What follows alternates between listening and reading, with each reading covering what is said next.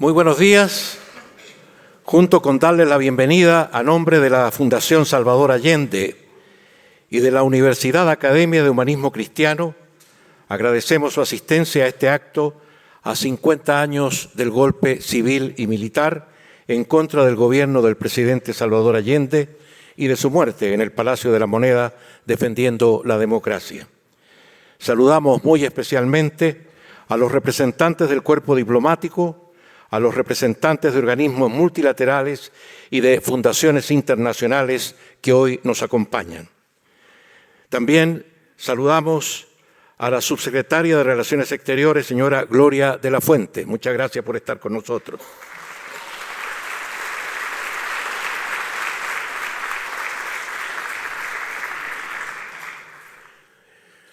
Saludamos también a Miguel Launer, arquitecto que estuvo trabajando en los días en que se levantó este edificio que hoy nos acoge. Gracias por estar, Miguel.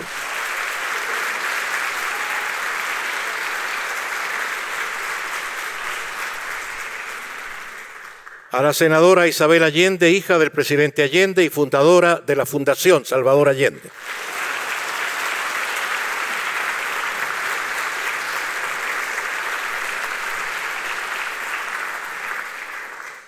Al rector de la Universidad Academia de Humanismo Cristiano, señor Álvaro Ramis.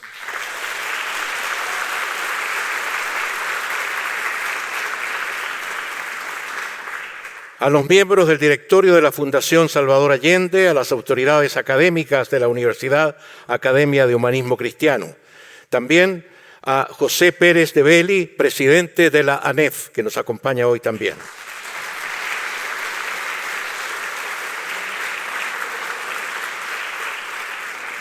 Y a la directora ejecutiva de la Fundación Salvador Allende, Marcela Ahumada.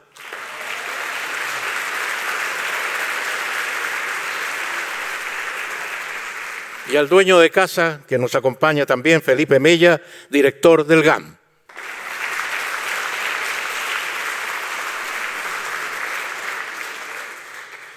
Estimadas amigas y estimados amigos, representantes del cuerpo diplomático, de organismos multilaterales y de fundaciones internacionales. Esta es una ceremonia en la que queremos reiterarles nuestro reconocimiento y agradecimiento a sus países, a sus instituciones, a sus pueblos, cuya cooperación y solidaridad fue de gran importancia en apoyar las acciones que se hicieron, tanto dentro como fuera del país, por el fin de la dictadura y el retorno a la democracia. En los numerosos actos de memoria que se están realizando este año y que recuerdan la tragedia del 11 de septiembre de 1973, este tiene ese gran significado, como tendremos oportunidad de conocer más en detalle en el transcurso de esta ceremonia. También agradecemos la presencia del público que ha querido estar presente y cuya asistencia la vemos como una magnífica oportunidad de que sean una suerte de cadena de transmisión hacia nuestros compatriotas chilenos de la importancia que la conducta solidaria internacional tuvo para nuestro país, así como antes la tuviera el propio presidente Allende con los perseguidos por las dictaduras del continente y que necesitamos recuperar, por cierto. Realizamos este acto de reconocimiento en un lugar emblemático. El edificio en el que se acogió la tercera conferencia para el comercio y el desarrollo, la UNCTAD III, realizada en el mes de abril del año 1972. El presidente Allende decidió su construcción, que comenzó en 1971, y él visitaba regularmente el avance de las obras, alentando a arquitectos, ingenieros, artistas y obreros a avanzar en ellas, las que se realizaban en 3 turnos diarios. El edificio estuvo listo para el inicio de la UNCTAD III en abril de 1972, tras el tiempo récord de 275 días.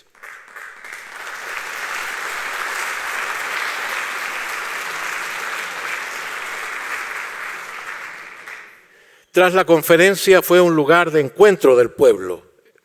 Hoy es el GAM, sigla del Centro Cultural que lleva el nombre de Gabriela Mistral, nuestro Premio Nobel 1945.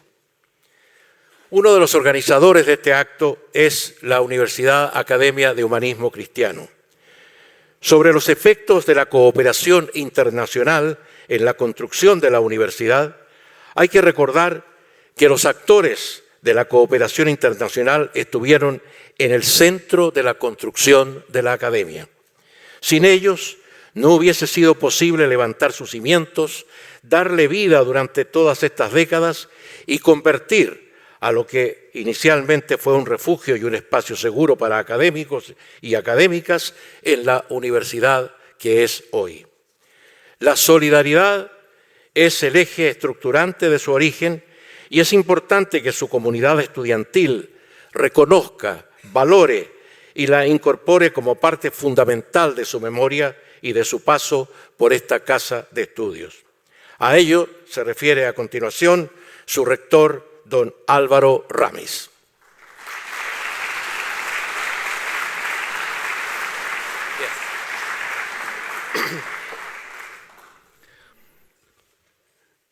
Muy buenas tardes a todos y todas. Quisiera agradecer en primer lugar a la Fundación Salvador Allende, en la persona de la senadora Isabel Allende, a la subsecretaria de Relaciones Exteriores Gloria de la Fuente, a todo el cuerpo diplomático que hoy día nos acompaña, a los organismos internacionales de la cooperación, a las instituciones multilaterales, organismos de Naciones Unidas, instituciones que están ligadas al desarrollo, y a todos y todas quienes hoy día nos hemos congregado en este espacio.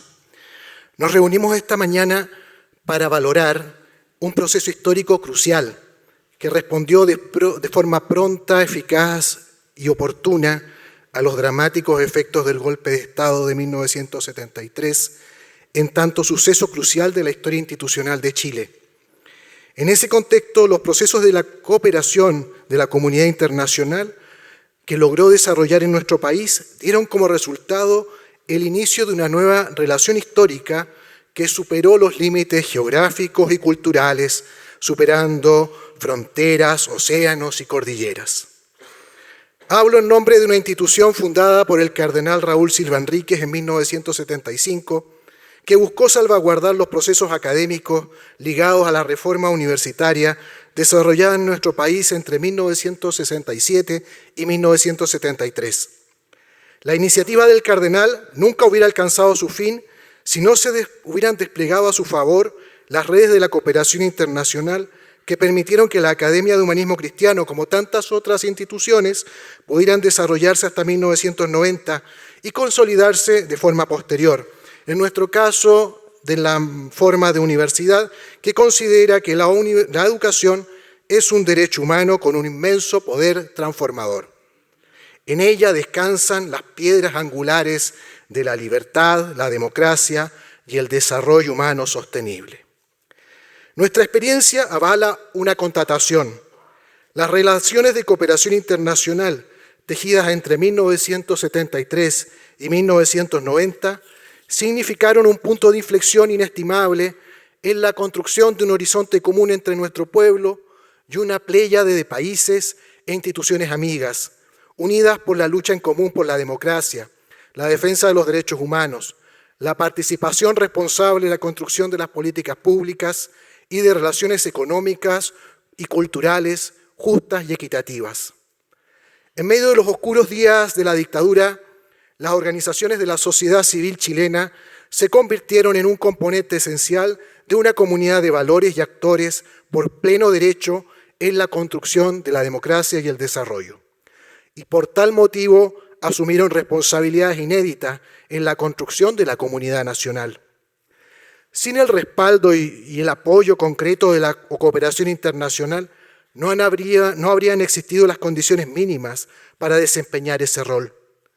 Hoy celebramos ese proceso, destacando que las relaciones de cooperación establecidas entre nuestros países dieron como fruto una estructura de apoyo fundamental para salvaguardar vidas y sobre todo las bases mínimas de la convivencia cívica y de la cohesión social en un contexto extremadamente violento. El mayor aprendizaje que podemos destacar de este valioso proceso es la importancia de reconocer y garantizar el derecho de las organizaciones, plataformas y redes de la sociedad civil y sindicatos a participar plenamente en los procesos de construcción de las políticas públicas como actores políticos genuinos en la cogestión del desarrollo. Si se pudo en dictadura, en oposición a la dictadura, hoy esa es una posibilidad más urgente y necesaria que nunca.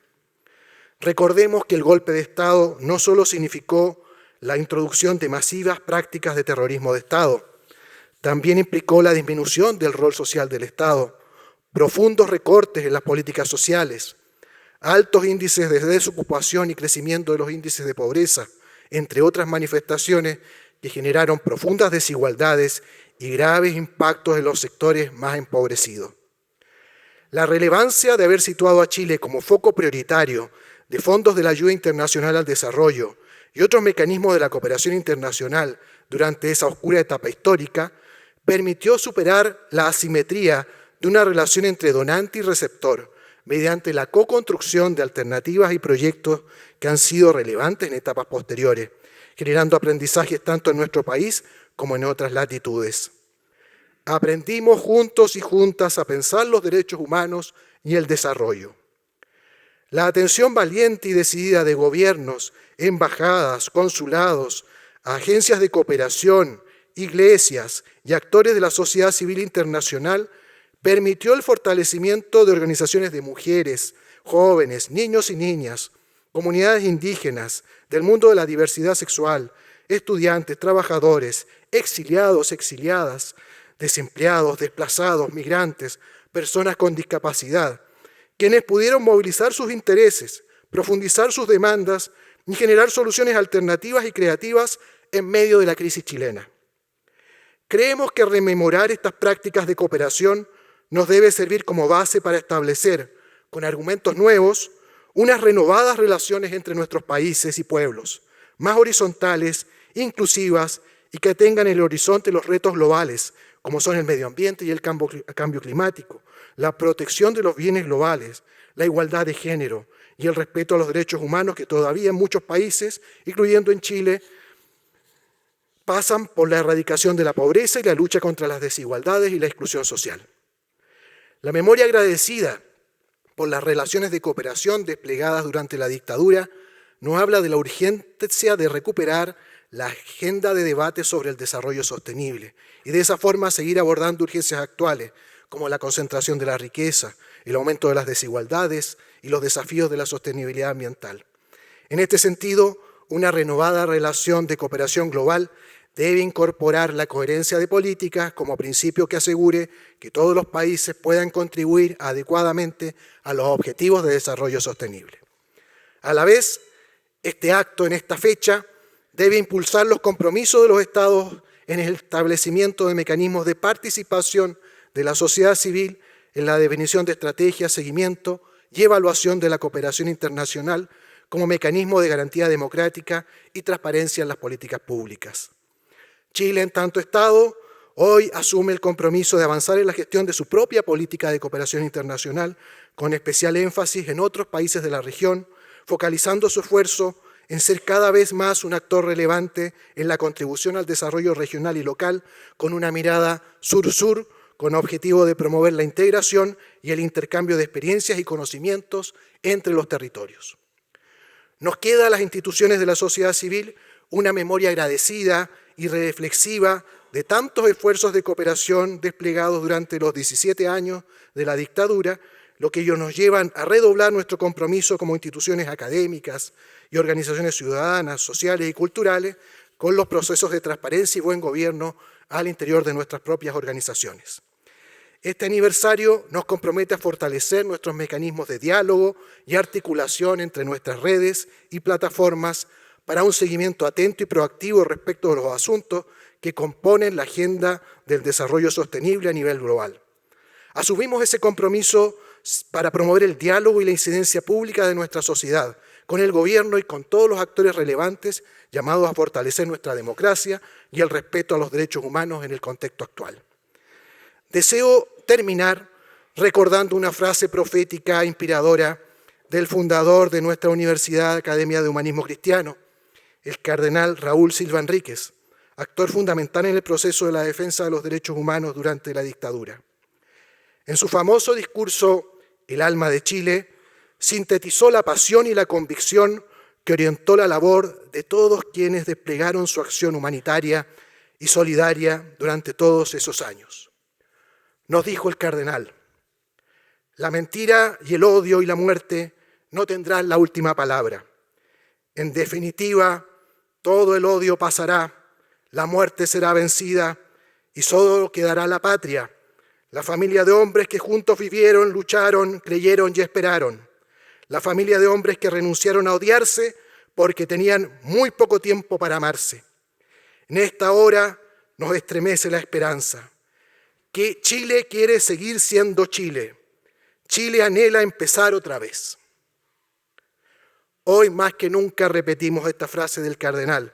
Chile anhela empezar otra vez, una y otra vez, porque sabemos que en este constante recomenzar nos vamos a encontrar con la gran comunidad de la cooperación y el desarrollo en la tarea siempre inacabada de la defensa de los derechos humanos y el reconocimiento de la universalidad de la dignidad humana. Muchas gracias.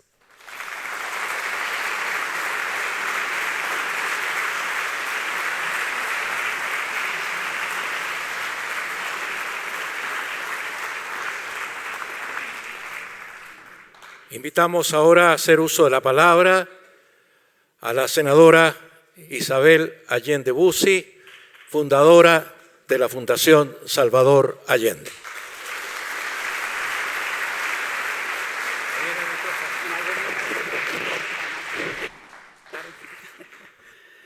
Bueno, muy buenas tardes. De verdad quiero comenzar el saludo, por cierto, agradecer la presencia de la subsecretaria, del dueño de casa, pero sobre todo, queridas embajadores, representantes y por supuesto al rector de la Universidad Academia de Humanismo Cristiano, pero a todos los representantes de las distintas embajadas y consulados, organismos internacionales, multilaterales que nos acompañan. Y a todo el público, tenemos exministros acá, inolvidable, veo, y lo puedo dejar de mencionar, Felipe Ramírez, Sergio Guitar, a otros más que nos acompañan. Gracias por estar acá.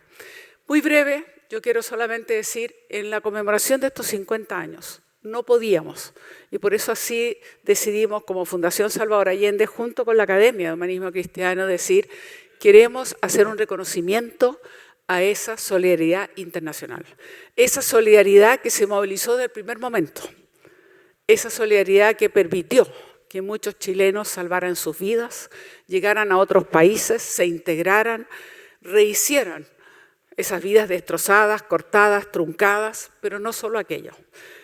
Con mi madre, Tencha, viajamos casi durante 15 años, recorriendo prácticamente casi todo el mundo democrático. Y les puedo asegurar que en cada uno de esos lugares había un comité constituido por los locales que recibían a los chilenos, los ayudaban a instalarse, los incorporaban, los acompañaban, porque claro, cada uno de los que llegaba así, exiliado, había sido la vida truncada violentamente. Y por eso nosotros queremos hacer ese reconocimiento, explicarle a ustedes lo importante que fue para cada uno cuando llegaba a esos países, pero no solo aquello, también no solo es la solidaridad internacional que en cada uno de esos países se vivió, sino que también ayudó mucho aquí. Y me imagino que quienes están en el panel van a poder realmente dar testimonio de lo que fue esa ayuda para poder ejercer actividades de resistencia, de recuperación de la democracia, de otros medios democráticos, alternativos a la dictadura, en fin. Y quiero finalmente decirles que además no puedo dejar de mencionar, venimos llegando junto a mi hija Marcia hoy en la mañana desde México. Y quiero en particular referirme a lo que significó para la familia Allende la solidaridad con México, que quiero recordar que empezó antes y durante durante el gobierno de la Unidad Popular y después. Pero fue gracias a la conducta del embajador Gonzalo Martínez Corbalá que logró juntar a la familia Allende, y no solo a la familia Allende, a otras personas. 800 personas pasaron entre la embajada y el consulado, con riesgo incluso de la propia vida del embajador, con amenaza de secuestro, e incluso con el asesinato de 2 muchachos que intentaban llegar al consulado y les dispararon por la espalda 2 muchachos jóvenes que intentaban asilarse desarmados y dejaron los cadáveres ahí para provocar amenaza, inhibición, pero el embajador no se inhibió, no aceptó incluso las amenazas de secuestro de uno de sus hijos y siguió adelante. Así que tenemos mucho que agradecer.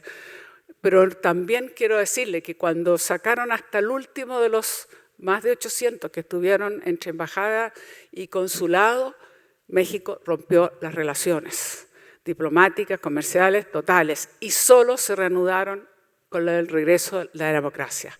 Creo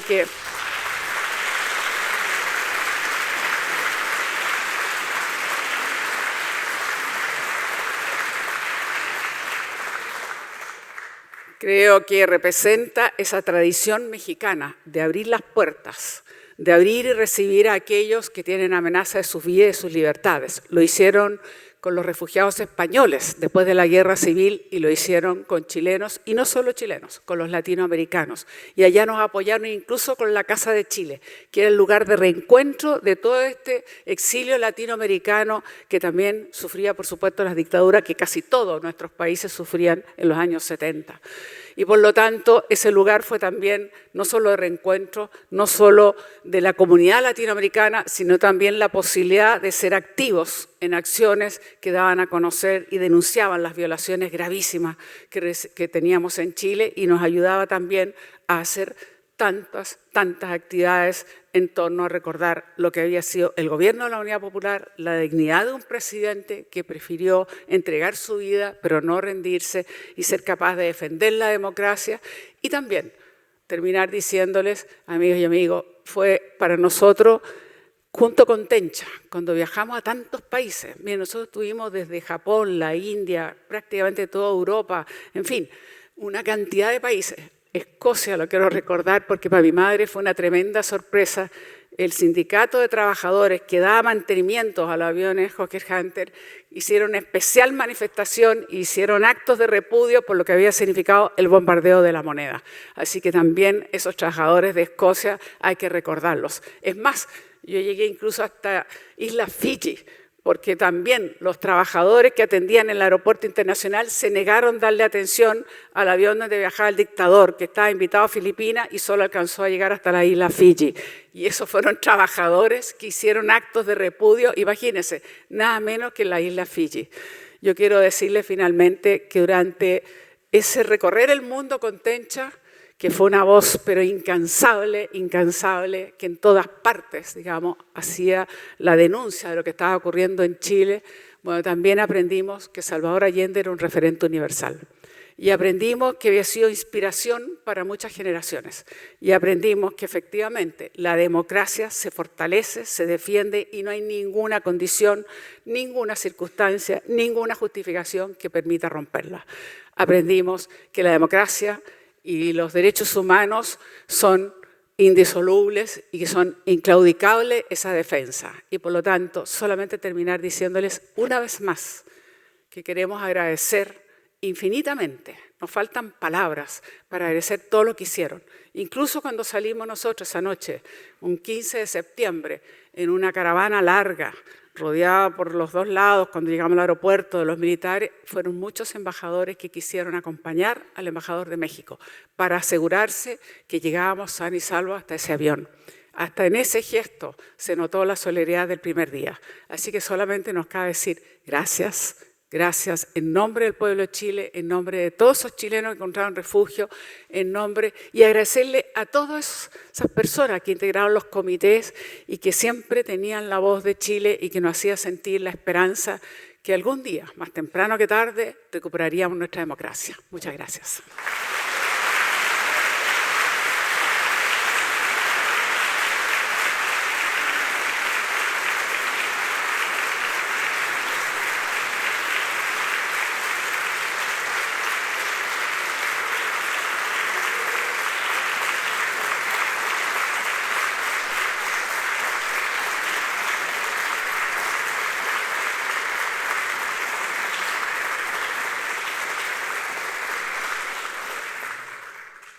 Queremos saludar también a la autora de ese maravilloso documental, Allende, mi abuelo Allende, Marcia Tambuti, nieta de Salvador Allende, está con nosotros.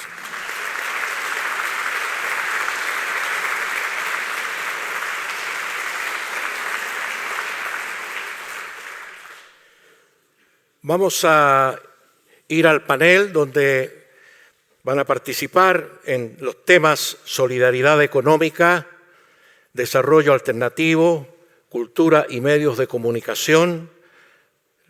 Quienes estarán a cargo de estos temas los presentará Rodrigo Egaña. Yo antes que quisiera decir que esto es un poco, no, ni tan personal, sino que tuve la oportunidad de encontrarme con Rodrigo en La Haya en el año 1978, en un momento dramático para uno de los medios de comunicación que precisamente bajo la dirección del cardenal Raúl Silva Enríquez era la única emisora que contaba lo que estaba sucediendo en el país. Por eso muchos la bautizaron como la voz de los sin voz. Y evidentemente la situación que existía para financiar los gastos propios de una emisora como esa, no había publicidad. Nadie se atrevía a poner publicidad en una radio considerada roja como el Cardenal. Bueno, Rodrigo Egaña, que en ese tiempo estaba en el Nofit, en La Haya, Holanda, logró apoyo para la radio y para los programas de esos otros personajes, los artistas, los músicos chilenos, que tanto afuera, en la solidaridad internacional, como adentro, en la batalla por la recuperación de la democracia, corriendo riesgos enormes. Tenemos el caso terrible de Víctor Jara, ¿no? Bueno, hubo otras muertes posteriormente de jóvenes que cantaban en las poblaciones, apoyando las ollas comunes, en fin. Se pudo entonces ayudar a financiar el trabajo de esos artistas, crear fuentes de trabajo y permitir que Radio Chilena siguiera siendo la voz de los sin voz. Así es que, Rodrigo, personalmente y en nombre de los colegas de la Radio Chilena, muchas gracias por ese apoyo.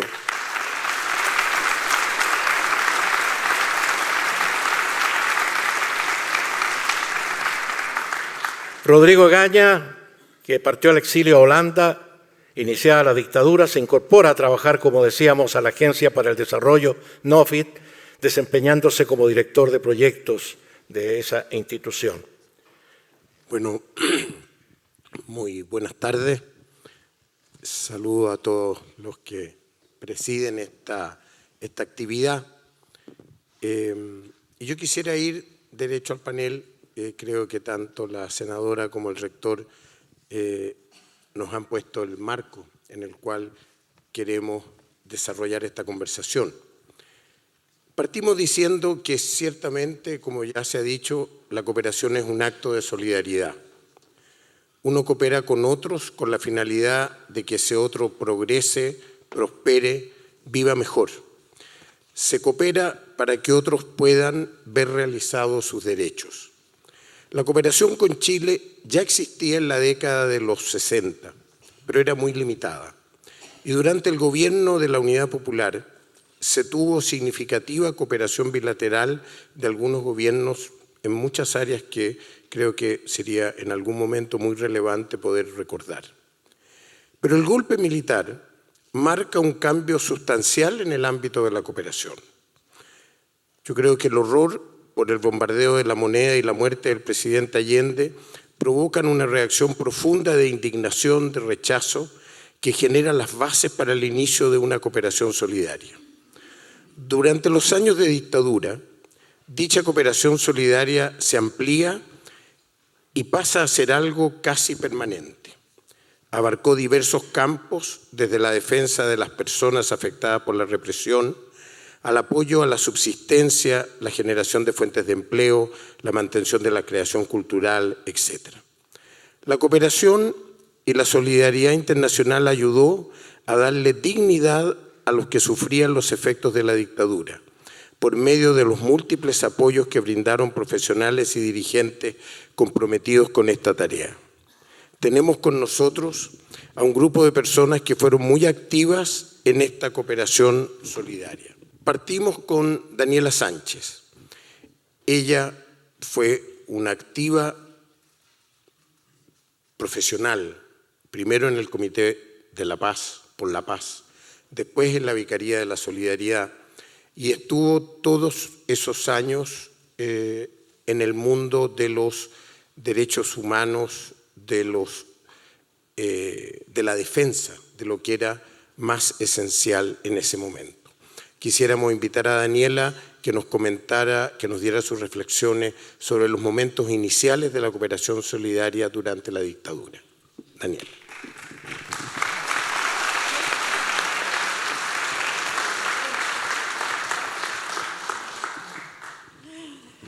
Muchas gracias. Yo voy a llevar el recuerdo a una experiencia que no es individual, se dice, pero no es individual como en mí misma, porque para nosotros la experiencia siempre fue colectiva para unos, comunitaria para otros.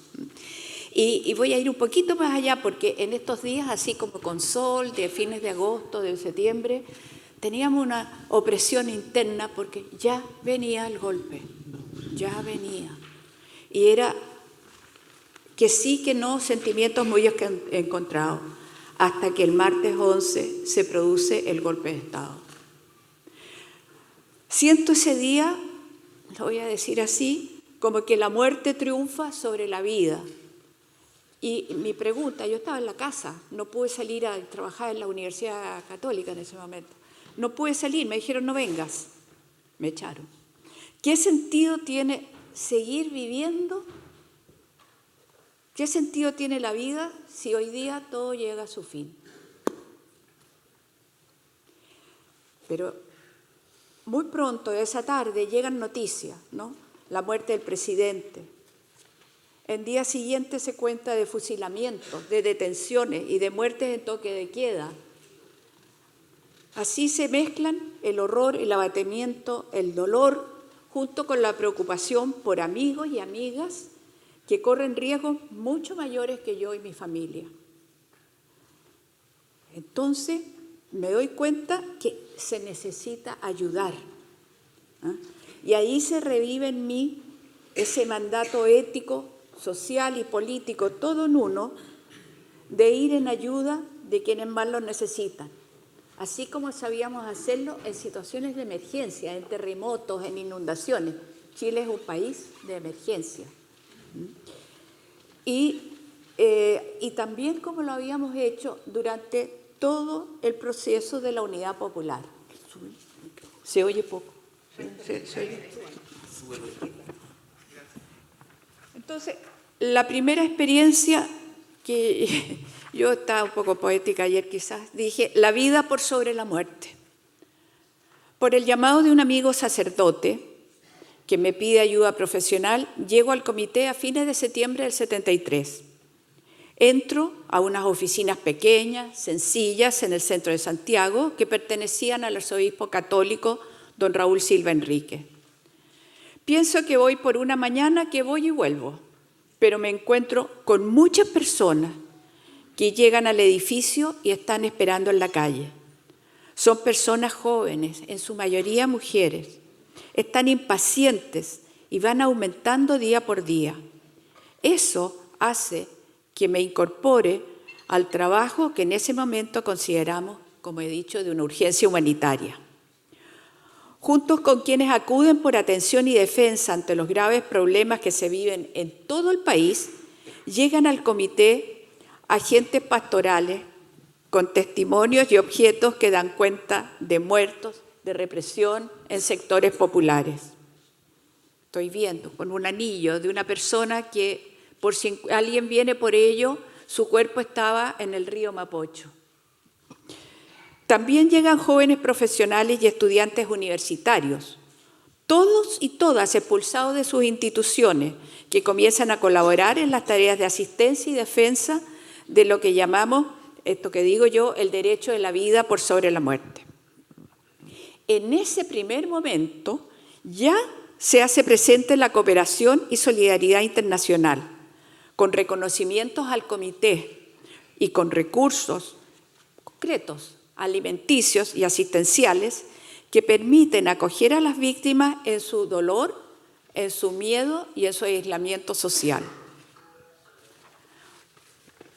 La segunda experiencia, corto acá, es trabajar por la paz en Chile. El Comité por la Paz se llamaba Por la Paz en Chile, Copachi le decían. Y entendemos paulatinamente que trabajar por la paz en Chile bajo dictadura es defender y promover los derechos humanos. Este trabajo del comité se intensifica y se expande y se hace necesario, ya creo que en octubre, trasladarse a una casa más grande y organizar una misión que se hace cada vez más compleja. Quienes siguen llegando a esta nueva casa demandan atención por parientes detenidos en el Estadio Nacional, detenidos y torturados en regimientos, en barcos de la Armada, en la Academia de la Fuerza Aérea, en comisarías de carabineros, vienen por detenciones y otros atropellos a la vida de parientes, de exfuncionarios públicos, de políticos, de exdirigentes de organizaciones sindicales, campesinas y poblacionales. Todos ellos y ellas son perseguidos por la dictadura a causa de su disidencia política. En el comité son atendidos ya por un equipo de abogados y asistentes sociales que se orientan a la defensa jurídico-penal y a la asistencia en sus necesidades emocionales, de salud y de sobrevivencia familiar, indesligablemente, muy articulado. Una defensa que era más bien un testimonio que una defensa efectiva, todos sabemos eso. La defensa jurídico-penal no es suficiente, porque son muchos los expulsados de servicios públicos, de las industrias, de las universidades y de colegios. Y para responder a esas solicitudes se congrega un equipo de abogados laborales. También vienen a colaborar, algunos voluntariamente. Y para defender a los estudiantes se incorporan jóvenes exuniversitarios que se organizan también en un área de trabajo. La defensa prontamente se hace inseparable de acciones asistenciales de extensión del comité en los barrios y poblaciones marginales de las ciudades, conocidos estas organizaciones como los primeros comedores infantiles que comenzaron a organizarse en locales, en capillas de iglesia como un modo de protección. Algunos comedores fueron amenazados en algún momento, en lo que hoy día o fue la población La Bandera, hasta con tanques que entraban a amenazar a estas mujeres que se organizaban para darles comida a sus niños que no tenían de otro lugar donde sacarla. Esto no es todo. Un grupo de personas más reducidos, con problemas, y otros que habían recibido condenas, empiezan a pedir ayuda porque necesitan salir del país. Ellos son acogidos rápidamente por un equipo de profesionales y colaboradores externos que buscan visas en el extranjero y en forma muy confidencial coordinan algún asilo en las embajadas. No las voy a nombrar, pero muchas de ellas fueron conocidas por saltar más que entrar por la puerta amplia. Y en eso colaboraron muchas personas de origen, no eran chilenos también, ¿no es cierto? Bueno, son miles los chilenos que deben partir al exilio, hacia países donde reciben una pronta acogida. Inicialmente países vecinos, muy prontamente no pudieron hacerlo, fueron países más lejanos. Dado que los problemas de represión y peticiones de ayuda se generan en todas las ciudades y campos del país, el Comité Pro Paz conforma una unidad de coordinación nacional para intercambiar información y compartir aprendizaje de acción. Y así supimos muy prontamente y tuvimos muy graves informaciones de La Serena, de los campesinos de Paine, de Concepción, de Puerto Montt, de todos lados venían noticias horribles. Bueno, hoy pienso que una organización como el Comité de Paz, muy bien, que empieza con un solo propósito de ayuda y amor al que más lo necesita, logra gran parte de su cometido, que yo lo podría traducir en 4 ideas: acoger, defender, asistir, organizar, son 5, y denunciar en medio de un contexto muy duro y adverso. Abrevio, a fines del 73, esta tarea de emergencia, vemos que ya no es de emergencia, que la represión se sistematiza, se amplía, hay impunidad en todo el país. Y entonces quiero recordar una cosa del primer momento, si después recuerdo otra cosa.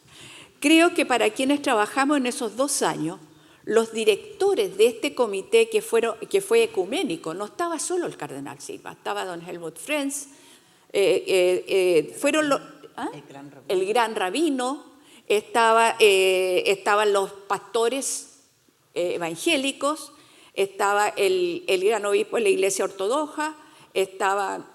Anglicano.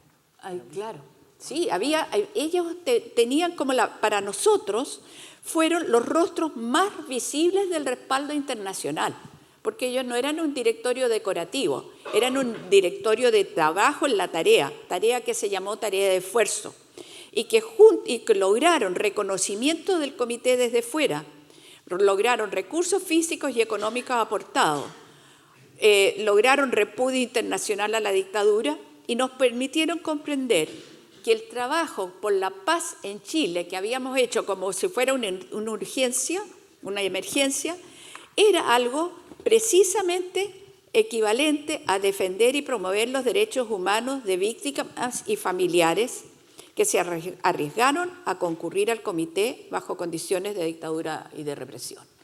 Otras cosas, otros gestos visibles, para nosotros fueron claramente las embajadas, los consulados, sus visas, las visitas a Chile que hicieron representantes de organizaciones de la cooperación pública, que nos reuníamos en casas privadas, en las tardes y conversamos y hablábamos, el reconocimiento que recibió el comité y los países que ya muy tempranamente prestan generosa acogida al exiliado.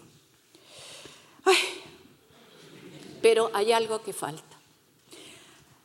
Un aspecto muy importante de la cooperación internacional, quizás menos visible en esos días, son los destinatarios y las destinatarias finales. Tantos rostros de personas humildes, menos humildes, y de organizaciones sociales que pudieron sobrevivir en los primeros años de la dictadura gracias a la solidaridad, el reconocimiento y la cooperación internacional. Entonces, yo no digo destinatarios, son rostros activos, fueron sujetos, desarrollaron capacidades propias, fueron dignos contrapartes de la cooperación en medio del miedo, la represión y el temor. Su dignidad y la dignidad de la vida también dignifican la cooperación internacional. Eso quería decir.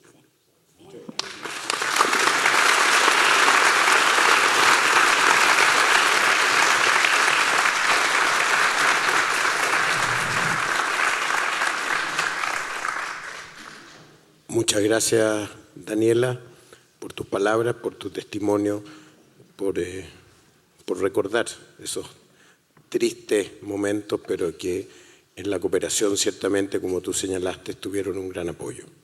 Quisiera presentar ahora a Fernando Villagrán.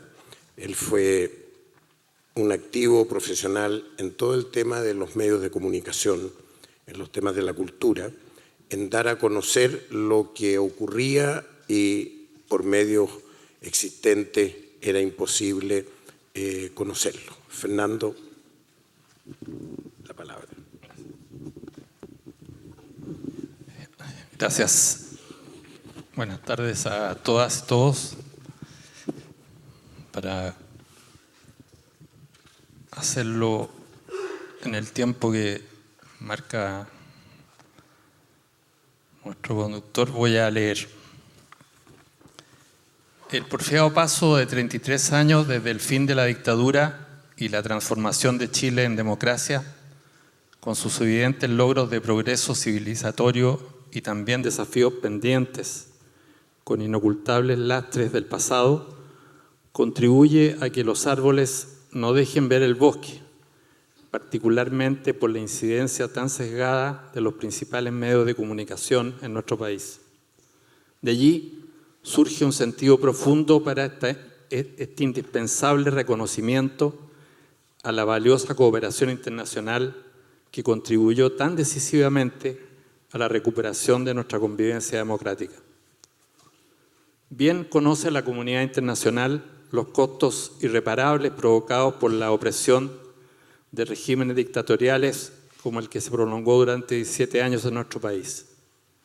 Ninguno cae por su propio peso y este encuentro puede testimoniar la conjunción de factores en la resistencia social, política y cultural apoyada en una consistente y efectiva solidaridad internacional que marcaron el fin de la dictadura civil-militar de Pinochet.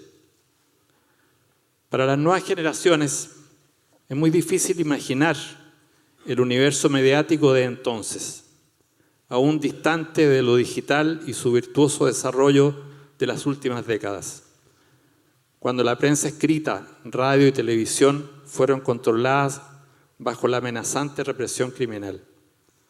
Aquella que solo podía enfrentarse con decisión, inteligencia y creatividad, sosteniéndose en la complicidad y solidaridad de una creciente resistencia de la población al sometimiento dictatorial que abrió un camino desde mediados de los años 70, fortaleciéndose durante los 80 y traducido en aquellas siglas de medios escritos como APSI, Análisis, Hoy, Cauce, Fortín Mapocho, La Época, La Bicicleta, que en consonancia con los ecos audiovisuales en Teleanálisis, así como ocurría, lo recordaba recién muy bien, en Radio Chilena y luego en Cooperativa, fueron sumando seguidores, lectores y audiencias tan leales y demandantes de vida, democracia y cultura como resistencia a la mentira oficial y la represión.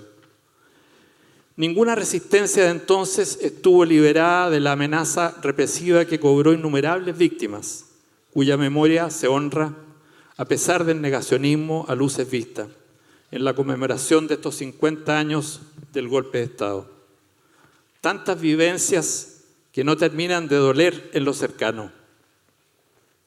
Valga mencionar el degollamiento de José Manuel Parada, Manuel Guerrero, Santiago Natino, en marzo de 1985, o el caso de Carmen Gloria Quintana y aquel joven de 19 años, Rodrigo Rojas de Negri, que conocimos buscando una credencial de fotógrafo poco antes de ser brutalmente torturados y quemados en una patrulla militar aquel macabro 2 de julio de 1986. Ciertamente ese mismo año, el 8 de septiembre, recordamos el asesinato del editor de Revista Análisis, José Pepe Carrasco. Pero ni la permanente censura, clausuras reiteradas y prolongadas, encarcelamientos, amenazas directas contra la vida, fueron suficientes para el sometimiento intentado a través de los organismos represivos, amparados en obsecuentes tribunales militares y civiles. Nunca pudieron silenciar la desobediencia, tampoco la memoria viva en nuestras páginas del presidente constitucional Salvador Allende. Muchos de aquellos episodios han quedado registrados en ejercicios de memoria para las nuevas generaciones de profesionales de la comunicación. El desafío exigía permanente innovación, como ocurrió ante la prolongación de los estados de sitio con clausuras prolongadísimas de nuestras publicaciones.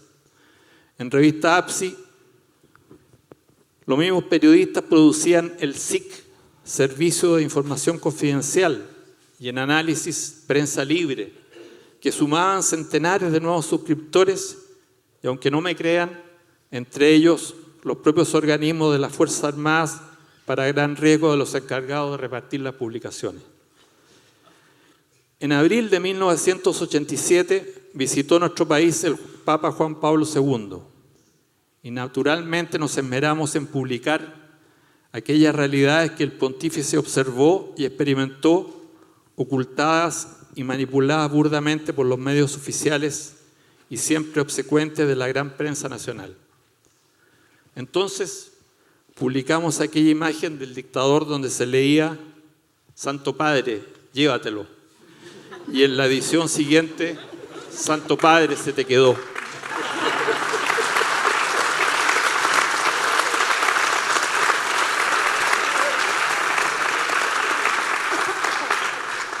A propósito, valga una breve pero necesaria referencia a ese indispensable y decisivo sentido del humor, aunque se considere humor negro, para resistir el terror que imponía el régimen.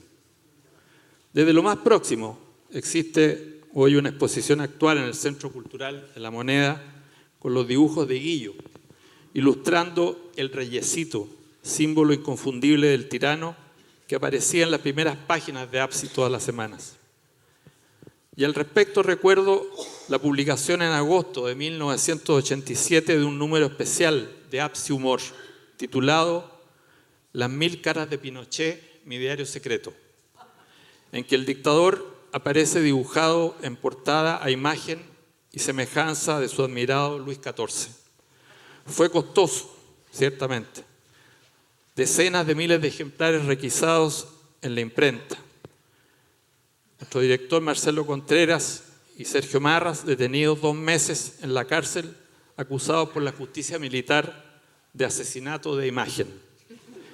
El original no lo perdimos y salió rápidamente una publicación distribuida clandestina, pero muy masivamente, entonces con la misma imagen de Luis XIV enmascarada. Perdón por distraerlos en este suceso ilustrativo de un momento dictatorial. Nuestro abogado de entonces, el querido Jorge Molina Valdivieso, intentó convencer en su alegato en la Corte a los sorprendidos magistrados que existía una tremenda diferencia entre el animus injuriandis y el animus jocandis. Pienso que no lo quisieron entender. Eran los tiempos en que roncaban cerca de los magistrados los subordinados del entonces poderoso fiscal militar Torres Silva, cuando aún no se podían imaginar que éste terminaría sus días luego de un periodo de condena en Punta Peuco por un crimen de lesa humanidad. Quisiera que estas referencias breves a la resistencia democrática ante una tiranía criminal se entiendan como un muy sentido reconocimiento a la cooperación de organismos internacionales aquí hoy representados presencialmente que colaboraron muy próxima y decisivamente a superar el periodo más negro de nuestra historia nacional. Aunque hayan pasado tantos años, lo que tenemos por delante para responder consecuentemente a esa solidaridad tan efectiva y fecunda es responsabilidad del propio pueblo chileno. Muchas gracias.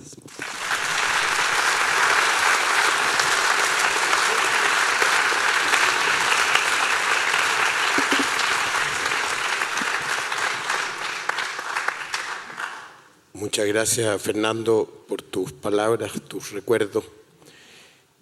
La colaboración solidaria también fue muy importante en la reorganización de las organizaciones populares.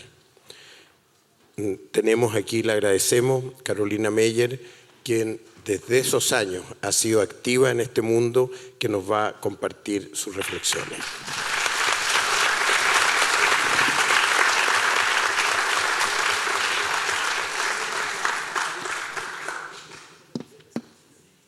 Quiero hoy día expresar todo nuestro agradecimiento desde el pueblo donde yo vivo, entre la gente humilde, en las poblaciones, el apoyo que hemos recibido de las organizaciones solidarias de países extranjeros que nos apoyaron en aquel tiempo.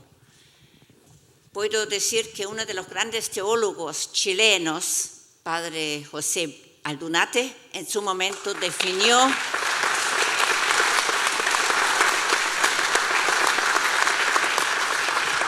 la solidaridad, amor político. Y por eso también puedo decirles a todos ustedes que en su momento, a pesar de que en realidad nosotros estábamos trabajando también y ante todo en lo social para poder sobrevivir en muchas ocasiones, sean los niños pequeños desnutridos o sean las familias sin trabajo por meses e incluso por años, con un sueldos posteriormente de PEM y de POG, que ustedes muy bien conocen.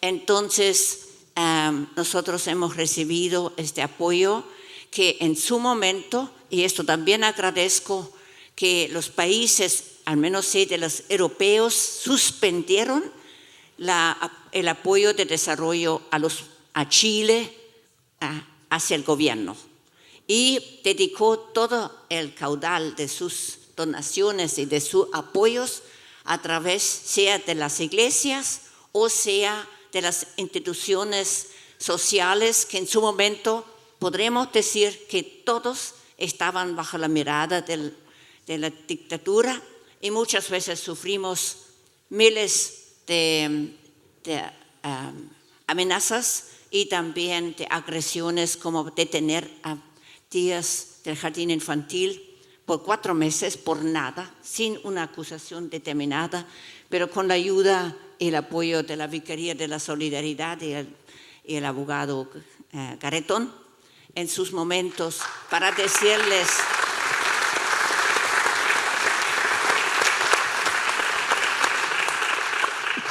que de verdad recibimos el apoyo para que nuestro pueblo pueda vivir de esto y que demostrar, por supuesto, que todo país es político y necesita organizarse como personas, a pesar de que la mayoría de las organizaciones tuvimos que mantenernos bajo el techo de la iglesia, así que no pudimos fundar organizaciones o asociaciones como la gente, como el pueblo que estábamos acostumbrados de hacerlo, sino pidiendo siempre la protección de la iglesia. Y puedo decirles también que estoy muy, muy agradecida. Y millones de personas han vivido esta misma experiencia.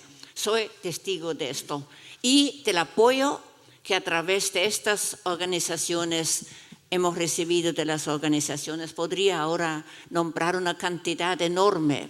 Pienso en Miserior, pienso en Pan para el Mundo, pienso en Oxfam, en las diferentes organizaciones desde Holanda, Suecia, Suiza, de los diferentes países que nos apoyaron unas y otras actividades, muchas veces también con riesgos y ser acusados de ser políticos, de meterse en la política chilena, de ser subversivos, que apoyen a la subversividad y, por supuesto, con eso también muchas veces exponer a nuestras organizaciones a la persecución. Hemos vivido la persecución, puedo decirles, dolorosamente. Hemos sobrevivido, bendito sea Dios, no todos, pero hemos tratado de poder responder a nuestro pueblo con la ayuda de quienes generosamente en solidaridad nos apoyaron a través de las diferentes organizaciones internacionales. Hoy día nos motiva a dar gracias. Muchas veces fuimos acusados incluso sin el apoyo de ustedes, eventualmente no podríamos haber seguido nuestro funcionamiento, pero esto también nos apoyaba, nos daba de alguna manera un respaldo. De alguna manera, en algún momento la dictadura no quería meterse en problemas con las organizaciones extranjeras, no querían tener problemas con los gobiernos. Yo sé, por ejemplo, muy concretamente del gobierno alemán cuando me quisieron echar del país, cuando me detuvieron, yo viví el apoyo de las organizaciones que a mí, como también a tantos otros, salvaron poder continuar con vida y también con el servicio que nosotros nos toca, y era un deber de hacerlo por amor solidario. Yo quiero simplemente agradecerles a todos ustedes y que esta continuidad que todavía nos falta de levantar nuestro país continúe hoy día en las diferentes organizaciones y el apoyo de ustedes. Siempre bienvenidos y muchas gracias.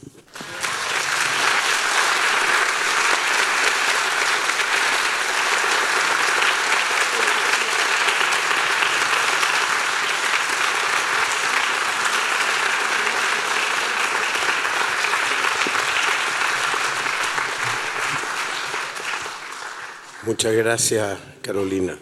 Sinceramente, yo creo que a todos nos conmueven tus palabras, tu testimonio. Muchas gracias.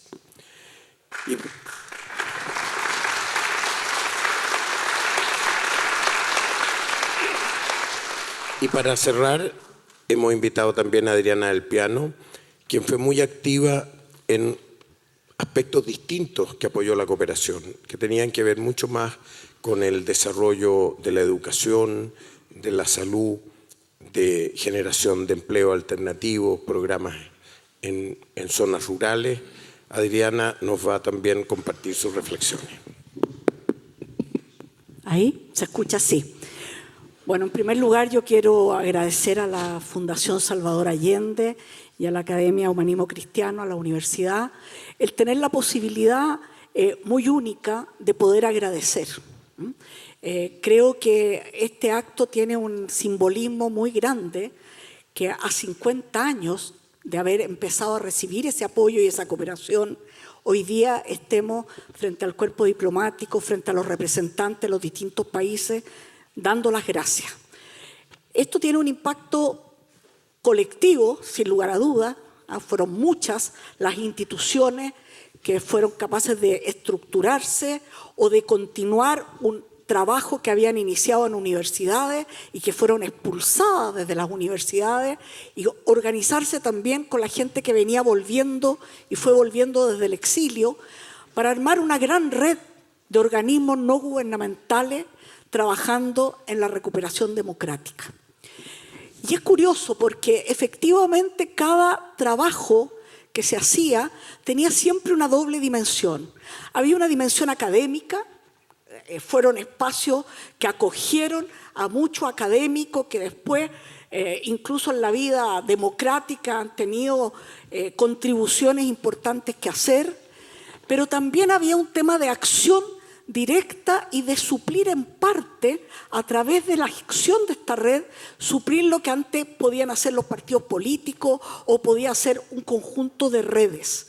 Entonces creo que es una dimensión de la solidaridad que contó con apoyo, que creyeron en nosotros, que esperamos haber realmente cumplido con las expectativas que ustedes tuvieron en muchos, cientos de instituciones que a lo largo de Chile se organizaron para esto.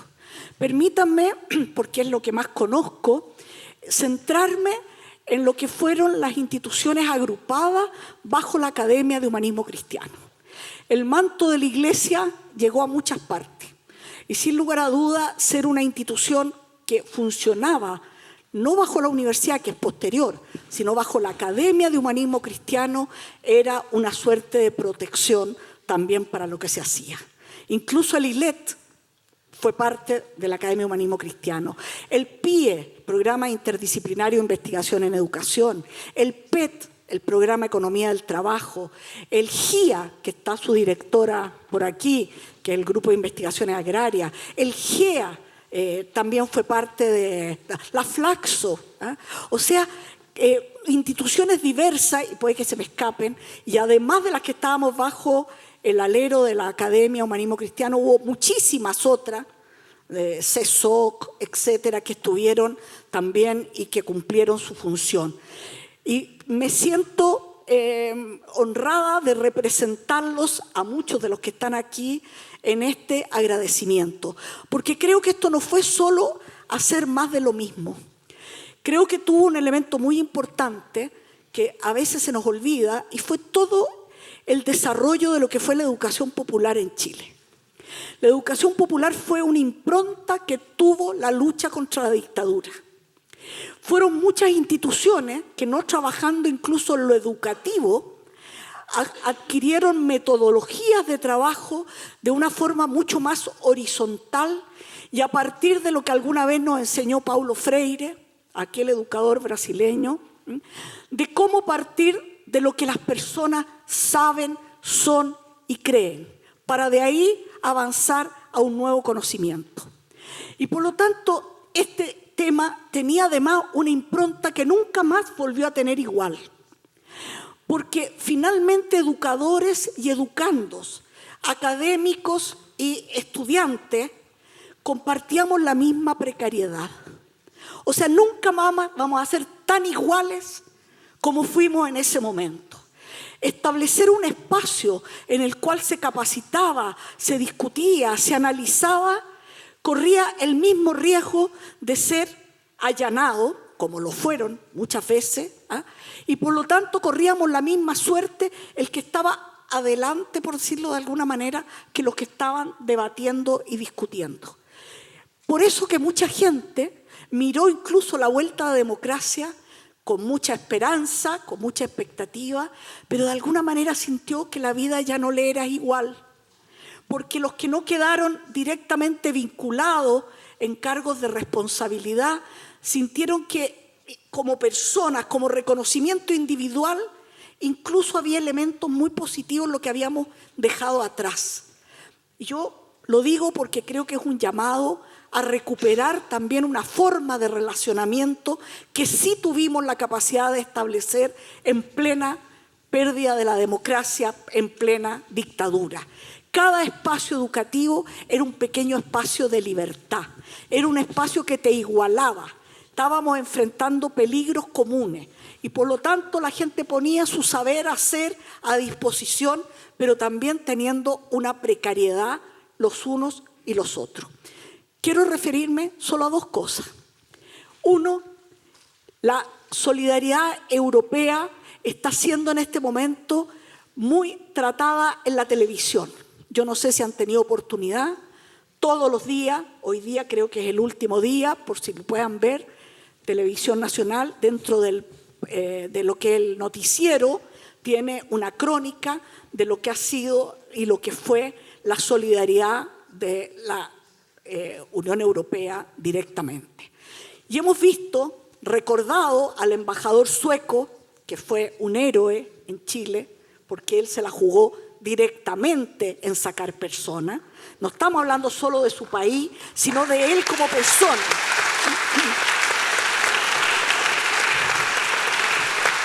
¿Cómo se llama? Eva. Bueno, también muy emocionante escuchar directamente al presidente de Finlandia recordando su paso por Chile, cómo vino a ver los procesos electorales, cómo trabajó directamente. Un país que, reconozcámoslo, nosotros que hemos sido siempre isla en el extremo sur, no sabíamos ubicar bien a bien en el mapa dónde estaba Finlandia. Y Finlandia estuvo con nosotros.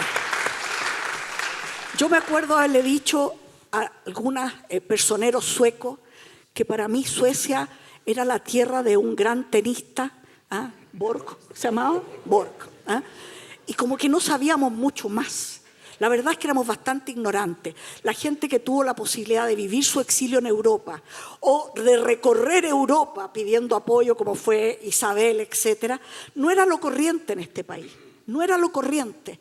Y por lo tanto también se nos amplió el mundo con Dinamarca, con Suecia, con Holanda, con el norte. Yo tuve proyectos italianos también. O sea, Europa entero.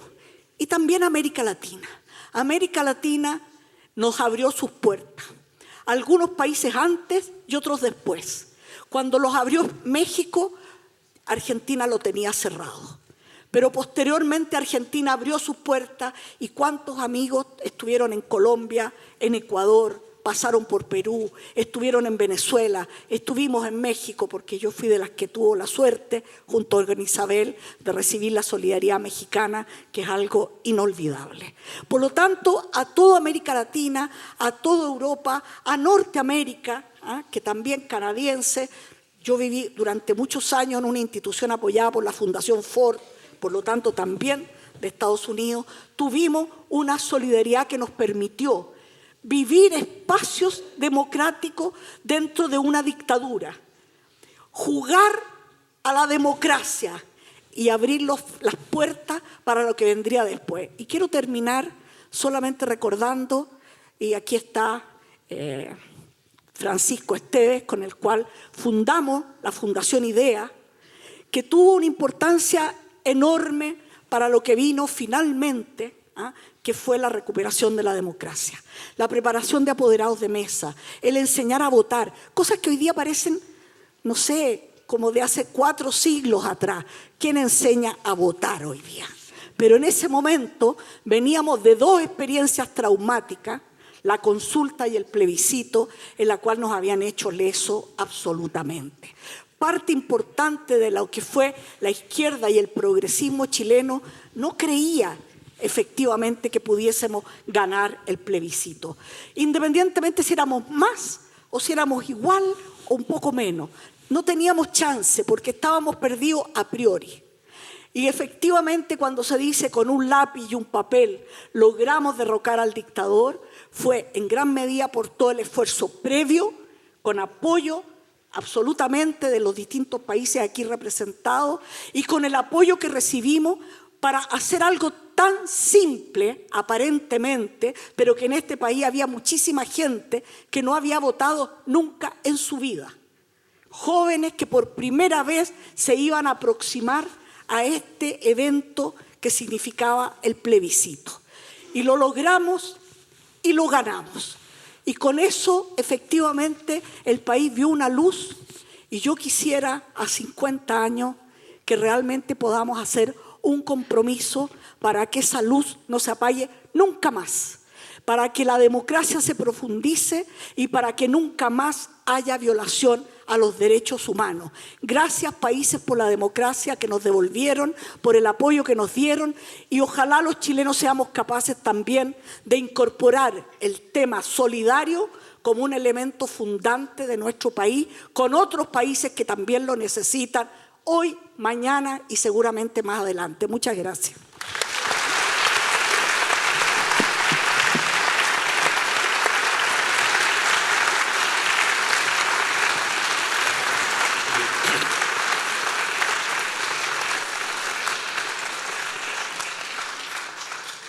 Bueno, muchas gracias Daniela, Fernando, Carolina, Adriana.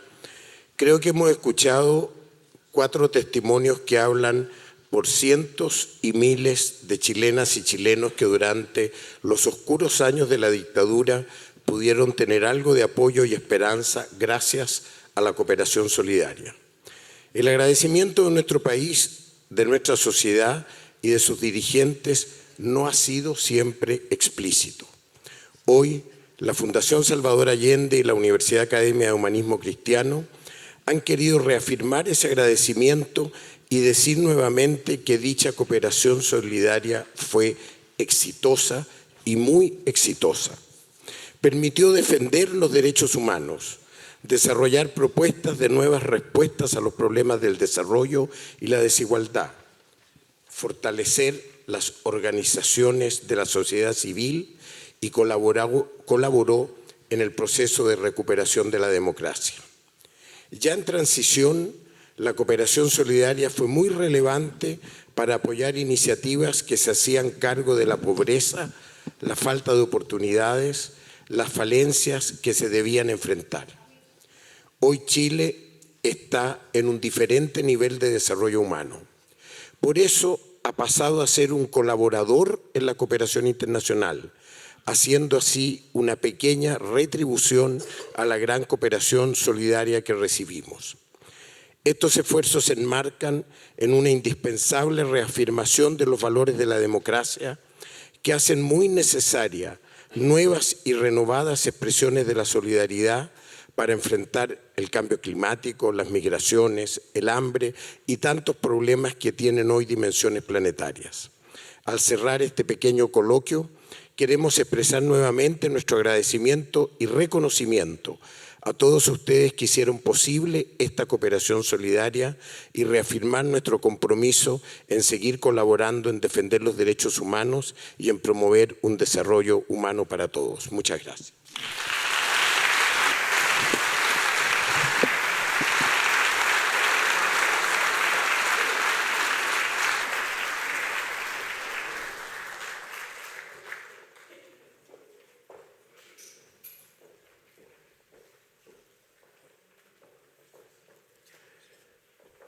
Tal vez porque él trabaja en silencio y porque nos entrega algunos secretos, es que no estaba en el nombre de los que saludamos antes, pero lo queremos hacer hoy, en este momento. Está con nosotros Peter Korblut, que trabaja desde hace 2 décadas desclasificando los documentos de la CIA.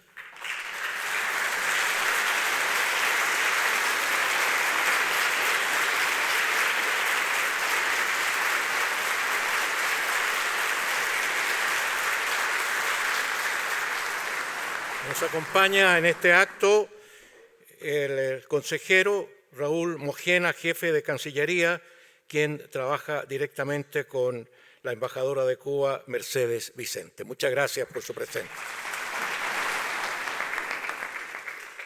Antes de finalizar este acto, queremos reafirmar lo ya expresado en cuanto a que muchos de los avances de Chile tras el término de la dictadura tuvieron su génesis en la ayuda solidaria internacional. Decirles que la solidaridad de sus gobiernos, de sus instituciones sociales, de sus ciudadanos en aquellos años fue semilla en tierra fértil. Decirles que esa ayuda fue aprovechada con responsabilidad desde las organizaciones políticas, académicas, sociales, hasta por esas heroicas mujeres que organizaron las ollas comunes en las poblaciones de nuestras ciudades para dar el alimento necesario a las familias sin trabajo o perseguidas por el régimen dictatorial. Decirles que si bien los recursos financieros fueron de la mayor importancia, la solidaridad de sus países, el conocer de su preocupación por nuestra realidad, de sus gestos de apoyo, nos dio fuerzas y esperanzas en nuestra lucha por el retorno a la democracia.